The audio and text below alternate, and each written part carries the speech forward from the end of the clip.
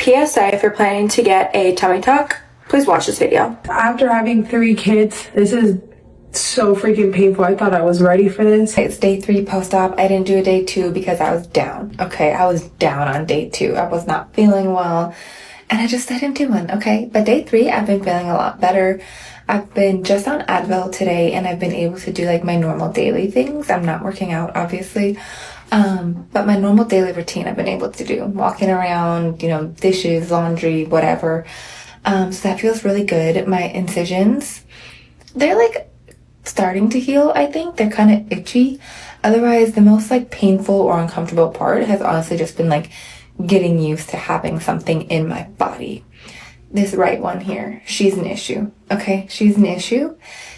She's upset with me. This left one is happy. Okay, she's a happy camper. This right one, I would like her to settle down, is what I'm gonna say. Today we're talking about mommy makeover recovery. Not the reveal, not the 6-pack after photo, the actual weeks in between. The drains, the itching, the pain that catches people off guard, the 3 a.m. spiral, the stuff that only shows up once you're the one living it. Because the mommy makeover isn't really one surgery. It's usually a few stacked together. A tummy tuck, a breast lift or augmentation lipo, sometimes all 3 in one trip to the operating room.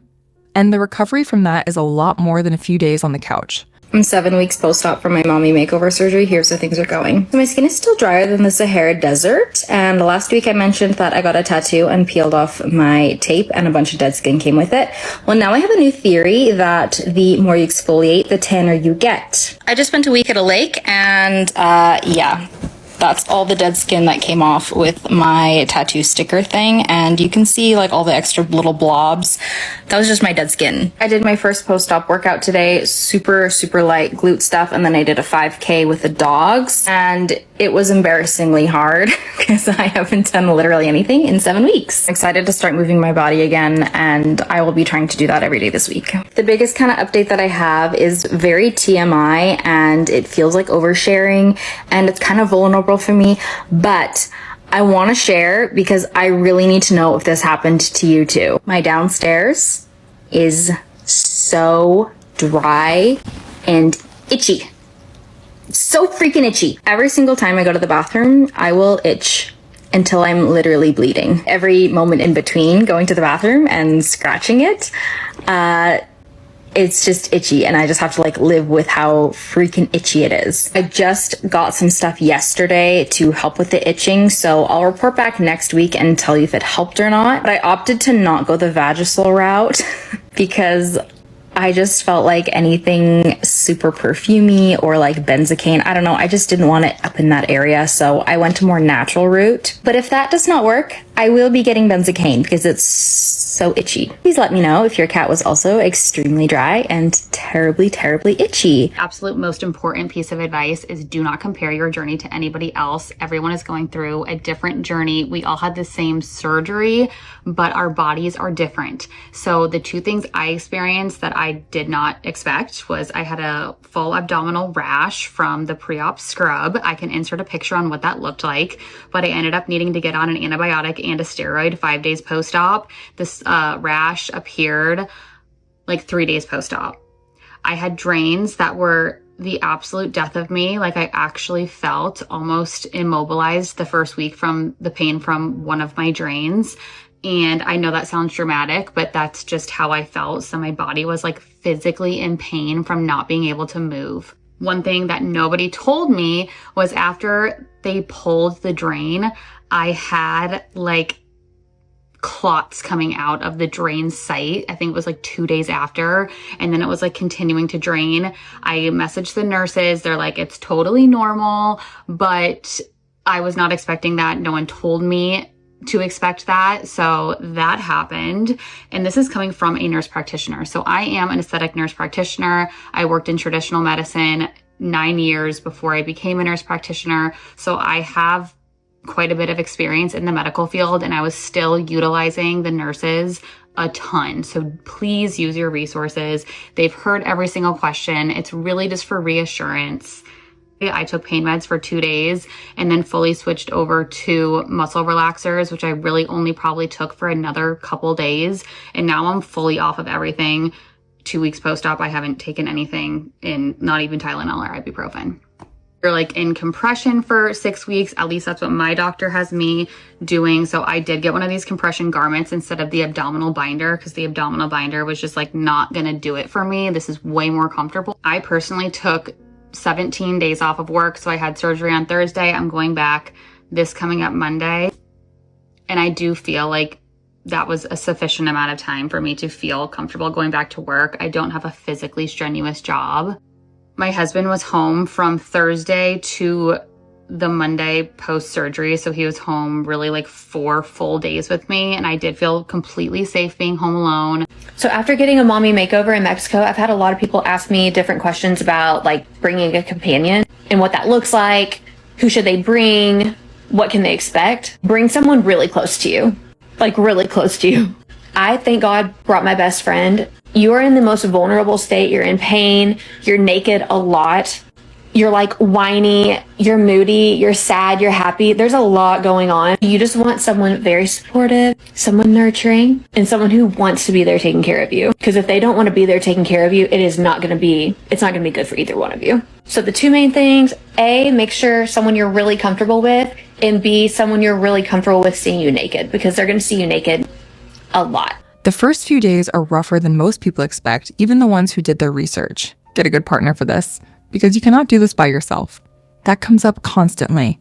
Not a friend who checks in, someone who's actually there, day and night, comfortable seeing you at your most vulnerable, because for the first few days, you will need help with almost everything.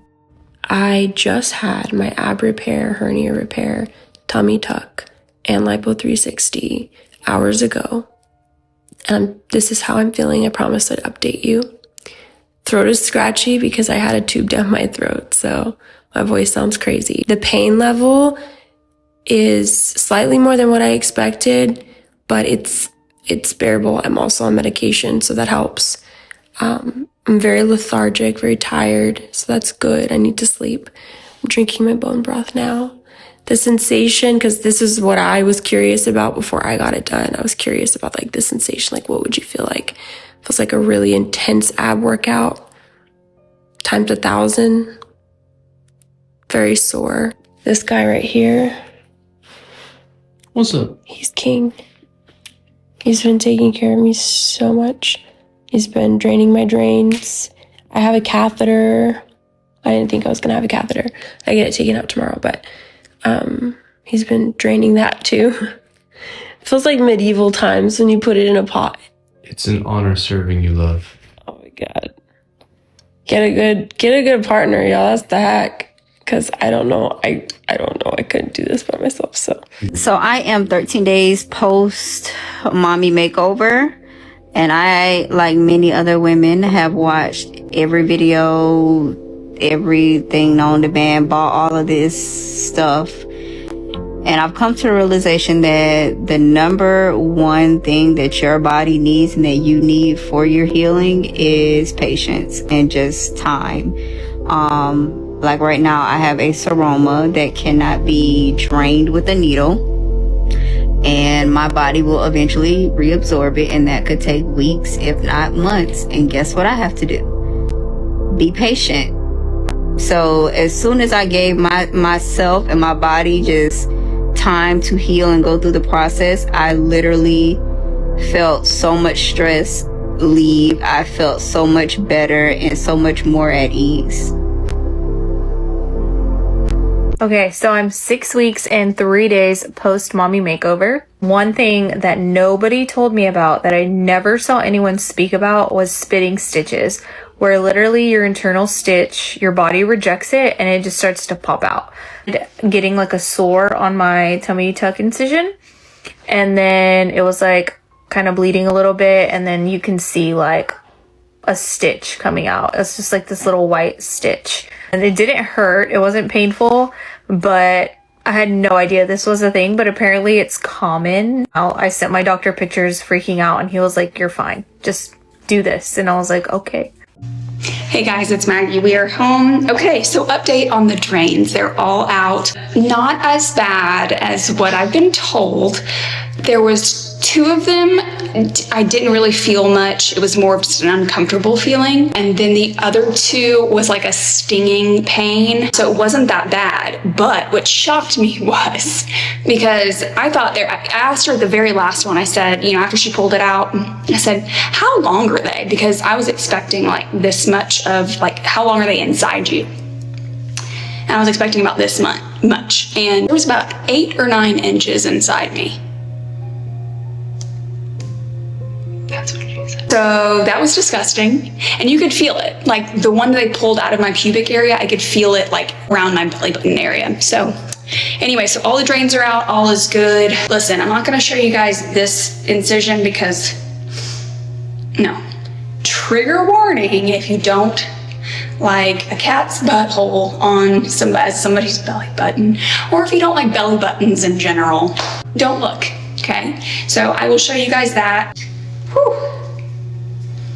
She is crusty. She's a little bit bloody, but she's flat. Still extremely swollen. I had said in my video I was worried about wearing leggings, and I'm wearing leggings to kind of show you guys what I was thinking, okay? So they pull up from the pubic area and they pull down from the stomach area, right? So I was worried about anatomy, and my feeling is still valid because I am still swollen. So as you can see, like, there's like this little pooch right in my pelvic area. Again, it's just swelling and it's gonna go down. So honestly, I put on the leggings and I felt better. Granted, I won't wear leggings for a while, but I know the swelling will go down. So we're still swollen, but we're rocking and rolling, and there's no drains, they're all out. And to everybody that tried to fear monger me into the drains being terrible, it wasn't that bad. Grow up. I'm just kidding. Then there's the list of things nobody mentioned beforehand, and it's a long one. One woman got a full abdominal rash from the pre-op surgical scrub 3 days after surgery, bad enough that she needed antibiotics and a steroid to clear it. Another said her drains were the worst part of her entire recovery. She felt almost immobilized the first week just from the pain of one drain, and after they were removed, she had clots coming out of the site 2 days later. She called the nurses in a panic. They told her it was normal. Nobody had told her to expect it. One woman described her drains being pulled out and asking how long they actually were. She was picturing a couple of inches. They were 8 or 9 inches long, and she could feel it moving near her belly button as it came out. Then there was the itching. Multiple women brought up the same thing without prompting each other: dry, cracking skin, and for some, itching so intense in sensitive areas that they'd scratch until they bled. One woman spent weeks trying gentler remedies before considering something stronger, just to get relief. And then the smaller surprises that still catch people off guard. One woman described a stitch literally working its way out through her incision 6 weeks post-op, something called spitting stitches, where your body rejects an internal suture and pushes it out. It didn't hurt, but she had no idea it was a thing until it was happening to her. Another described her body shifting in ways she didn't expect, including changes to how she used the bathroom, simply because of how much tissue moves during a tummy tuck. None of this means something went wrong. Most of it is just what recovering from this kind of surgery actually involves, but almost none of it makes it into the pre-surgery consultation. So you've decided to get the tummy tuck, the breast lift, the breast augmentation, the lipo 360, or just the lipo or whatever. But you want to know what life is like after that. If you're anything like me, that's what I wanted to know. And I felt like I watched a lot of videos, but I still came into this highly unprepared. So today's day 6. Day 7. I'm moving around a whole lot better, but I want to walk you through days 1 through 7 from my perspective. So day 1 for me, I did stay overnight in my facility, and I highly would recommend that if that's possible for you, because I don't know how I would have done otherwise. Although I will say I was out of it. I remember Thursday morning getting to the surgery center, waiting for my surgery time. I walked into the OR, and they give you a bath with like these probably chlorhexidine, a Hibiclens, or whatever, like wipes. They do it 3 times each side. They did that, and then I got on the operating table. Truly, that's the last thing I remember. Then I woke up. I have no idea what time it was. Probably the next day sometime. woke up kind of aware of where I was. I woke up again and I realized that I had like different clothes on, and I was like, oh, okay, like I had surgery. When I woke up the first time, I didn't even know that I'd had surgery yet. That's how like out of it I was due to the anesthesia. And then it was time for me to get up and walk and go home, and that was 5 a.m. on Friday. So that's what we did. I was able to get in the car. It actually didn't hurt that bad, and I didn't have near as much trouble as I thought I was going to have. I was really worried about how I was going to get in the car to go home. That was not an issue. The drive home, I vaguely remember. Yeah, like truly don't remember it all. I remember I was talking to my husband and I was telling him that my hand was swollen, and I did have a blood clot on that hand that I'll get to later. But that's like the only thing I remember talking about. I don't really remember getting out of the car. I don't remember walking to the room I was staying in. I don't remember any of that. And that day, he really just did everything for me. So day one, we've established I was completely out of it. I'm sure I ate. I'm sure I drank. I really don't remember anything. So day one, fine, honestly. I'm not going to remember any pain.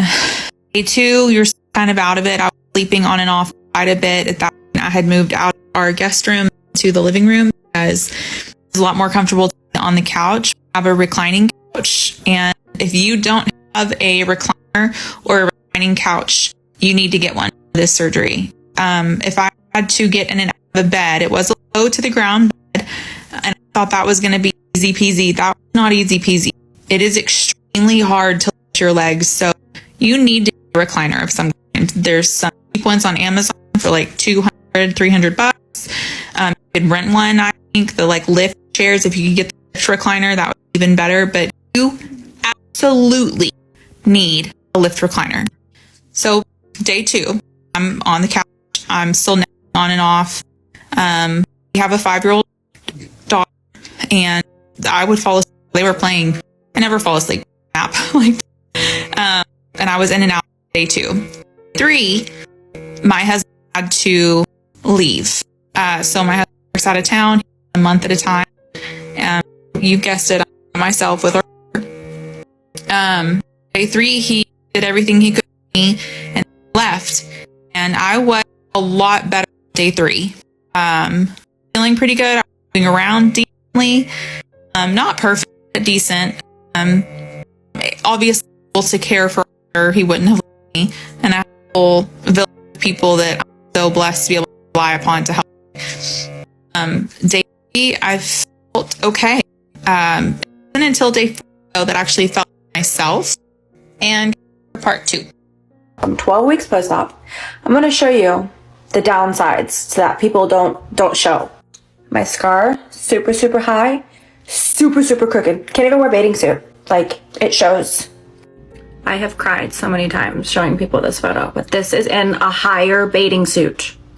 This is just wearing my underwear, like, okay? How it is. If I do not as high as this, you can see my whole, like, hoo-ha area. Like, my hair comes up to here, like regular. Okay? You can see half of it. The other part's gone. Like,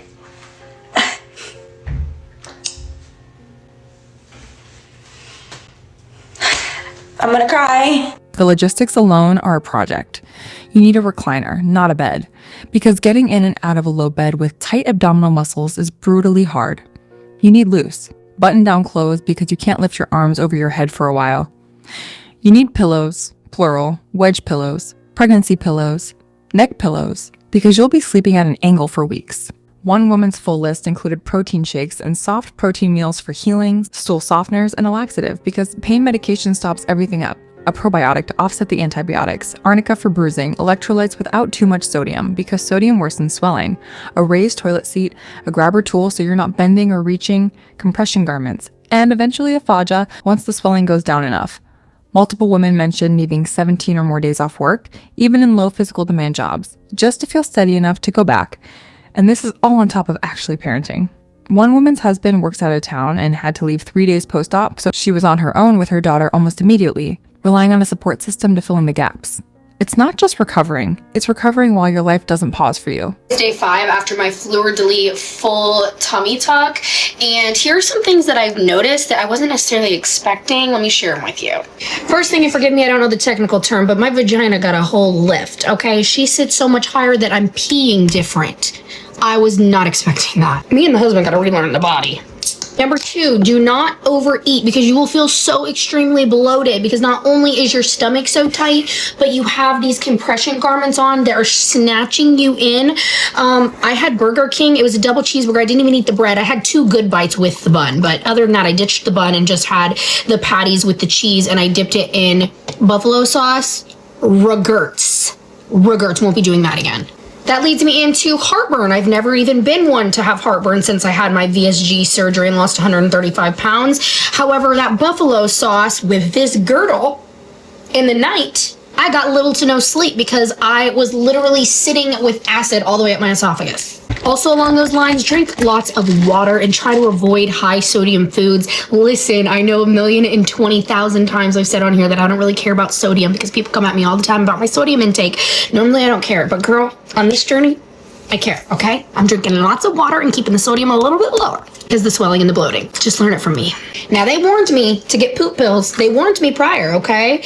But I was scared to take the 2 to 4 dosage or whatever of the Curelac or whatever. I'm sorry, I don't know the exact name of it, but they're pills, and they say take 2 to 4 if you're an adult. I took 1 because I was scared with all these open wounds on day 2, 3 that I was going to be running to the bathroom and just have a full Scary Movie 3 moment, 4 moment, wherever she tears up the toilet.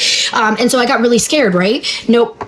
Just take the serving size because it's so much worse when you can't go and you can't push because of all your wounds. Take the normal dosage of something that's going to help you soothing out and smoothing out. Also, along the lines of pain meds, make sure to take your Benadryl. Girl, you're going to be so itchy. That's from those pain meds, okay? All right, I'm 7 days post-op from a mommy makeover, and I am crashing the fuck out. I'm looking at pictures of myself, and I'm like, God, my belly button is really low. And everybody keeps commenting that I'm walking really straight. Please hold on, I need to brush my teeth. Okay, I'm back. So anyways, about my crash out. I wish you guys could see my ChatGPT history last night. I actually got kicked off because I don't pay for it. And I was allowed back on at 7:45 this morning, but I haven't gone on it again. So I'm sitting here and I'm thinking to myself, I don't have a bandage on my belly button. He didn't move my belly button. And he told me that he was going to move my belly button up to match my hip bones. I'm not going to share a picture yet because the only picture I have was day 1 post-op. And I'm super swollen and it's off center and it's low. But then I'm thinking to myself, I paid for a full abdominoplasty. And I'm sure I'm crashing out for no reason. But the best part about this crash out is that at 3 a.m., I decided to wake my husband up and tell him, I don't think I got a full tummy tuck. I think I got a mini tummy tuck. But the problem is that my incision is super big, like a real tummy tuck. So I'm like really confused. I go for a post-op today at 9:45 and I just need you guys to help me stop crashing out because mama needs to not go in fears, because if I got charged for a full tummy tuck and I got a mini tummy tuck and there is a price difference, I'm gonna have a fucking problem with that, number 1. Number 2, my belly button is so low, it looks the same. So here's the problem, is that I was worried about what it was going to look like, not where the fuck it was going to be. So I need some reassurance, ladies. And yeah, so I will report back my appointment. It's about at 1 hour and 20 minutes. So I'm going to put myself together. But I figured I would share my crash out because I think that's why I'm walking so straight, because ChatGPT told me, don't freak out, but I'm freaking out. That for them to pull down the skin, they have to move the belly button. And my belly button was not moved. There is no bandage over said belly button. So like, what the fuck? I'm sure I'm literally wigging out off of no sleep and since I'm off painkillers and everything, but I'm starting to stress out about this because this was an expensive surgery. And if I'm not looking like Kylie Jenner after this, I'm gonna start crying. The emotional side is its own category, and it comes up almost as often as the physical pain. One woman, 7 days out, described a full 3 a.m. spiral. She was convinced her belly button looked wrong, worried she'd been given a mini tummy tuck instead of the full procedure she paid for, and ended up asking ChatGPT for reassurance in the middle of the night before waking her husband to talk it through. She was off pain medication, running on no sleep, and staring at swollen, uneven, day one photos, trying to figure out if something had gone wrong. In the moment, it felt urgent and terrifying. It was mostly just swelling, sleep deprivation, and her nervous system catching up to a very big surgery. A recovery nurse who's cared for patients through dozens of these surgeries said almost everyone hits an emotional wall at some point: sadness, anxiety, feeling completely overwhelmed. Her advice wasn't to tough it out, it was to surround yourself with people who support you instead of dismissing what you're feeling. Get as much sleep as the awkward recovery position allows, and give yourself grace one day at a time. And patience turned out to be the theme more than anything else.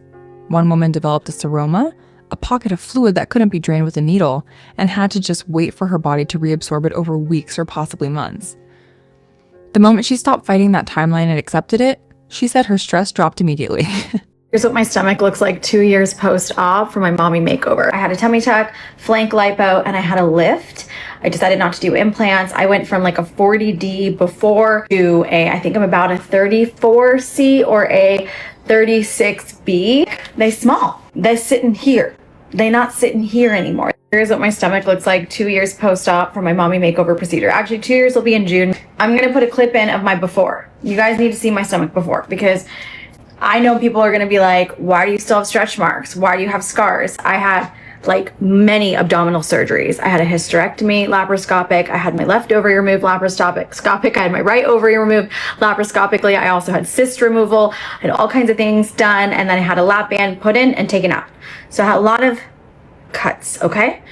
And then I also had stretch marks, like literally from here to here, from like the age 16 on.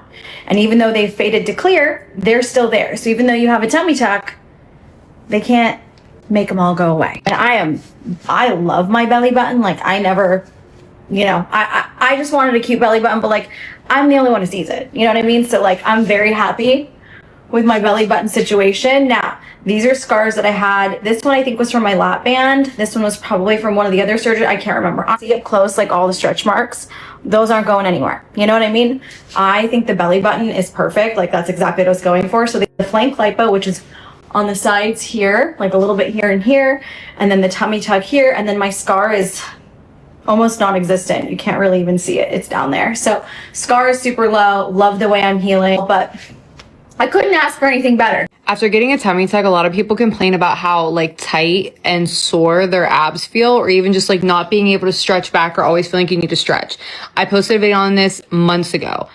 It's better. It is better. Why? Because I stopped babying my core. I was babying my core for the first like 8 months, and it was just so dang tight. It just needed to be used. My abs needed to be used. And while it's uncomfortable at first, you kind of just have to push through. Like once you are cleared from your surgeon to do maybe ab work or stretching, do not be scared to do it. Like I'm not saying go, crazy and go overboard, but like to start to gently incorporate using your core, engaging your core, and like back extensions, like stretching back a little bit. I don't have it anymore. Like the ab tightness is gone. The only time I feel tight is just like whenever you get bloated and like some tightness around like the actual incision. But it's not like it was, like that ab tightness and that constant feeling like you need to stretch. Use your core. It's like physical therapy for your core. And it works. It makes sense that it works, but it's scary to do it. So as long as you're good with your surgeon, gentle stretching, working your way up, and engaging your core. Use those muscles. They want to be used. When patients say recovery hurts worse than having a baby, I'm usually not shocked. Recovery is incredibly personal and it's not one size fits all. Different surgeries create different levels of pain, swelling, tightness, soreness, limited movement, etc. And sometimes what really throws people is not just pain, it's how hard it is to move, sleep, stand up straight, use your arms, or feel normal for a while. Childbirth and surgery are also completely different physical experiences, so it's not always a simple comparison. What I can tell you is this: a lot of patients are more caught off guard by the recovery than the actual procedure. Pain control matters, support matters, help at home matters, realistic expectations matter. The goal is not to scare people, it's to help prepare them better. Surgery is one day, but recovery is a part you really need to plan for. Longer term, the picture gets more mixed and more honest. One woman, 2 years out, showed her stomach and was upfront that yes, she still has stretch marks, and yes, she still has some scarring. Because the tummy tuck tightens muscle and removes skin, it doesn't erase every mark your body has collected over years of other surgeries and pregnancies. She was happy with her results, genuinely, but she wanted people to know a tummy tuck isn't a full reset button. Another point that came up, ab tightness doesn't just resolve on its own. One woman spent 8 months babying her core out of fear, and the tightness didn't improve until her surgeon cleared her to actually start using those muscles again, gentle stretching, engaging her core, treating it almost like physical therapy. It was uncomfortable to push through at first. It's also, apparently, the thing that actually works. And then there's telling your kids. One mother started talking to her 4-year-old weeks in advance in age-appropriate language about the surgery, why she needed it, what would change for a while, and let her daughter ask questions and voice concerns before anything happened. She said it made the entire recovery smoother for both of them, because nothing about mom suddenly being in pain and unable to pick her up felt like a scary surprise. It was something they'd already talked through together. These are going to be my top 5 tips for post-op. There's plenty of things I could share, but I would say these are the biggest and most important and helped me with my recovery. Okay, so number 1, and I would say most important, is to be strategic and regimented with your pain control. And by this, I mean, think about when you're taking it and anticipate when you're gonna need to take it. So my advice right off the bat post-op is to take your pain meds around the clock. This is speaking from someone who, number 1, is a nurse and also has been through a couple different surgeries, C-sections, and now this. And I can say that being on top of your pain meds, your pain regimen, makes all the difference in your recovery. Take them around the clock. And another thing is, a lot of people will take their pain meds to get comfortable while they're just laying in bed, which I get. You want to be comfortable and it's hard to just lay there. But you need to be getting up and moving. So you need to take those pain meds to help with that, because that's going to hurt the most, to get up, to walk. So take those pain meds 30 minutes before you're planning to get up for your walk, go to the bathroom, do all your things, so that the pain meds have time to kick in. And then that's going to make it so much easier. And that's going to make you want to do that regularly, which you need to do. So yeah, be regimented about it, be strategic about it. And, by that I mean, plan ahead when you know you're going to need to get up and move around. Take your pain meds for that. Take your pain meds before you go to bed, and make yourself wake up to take them when they're due again.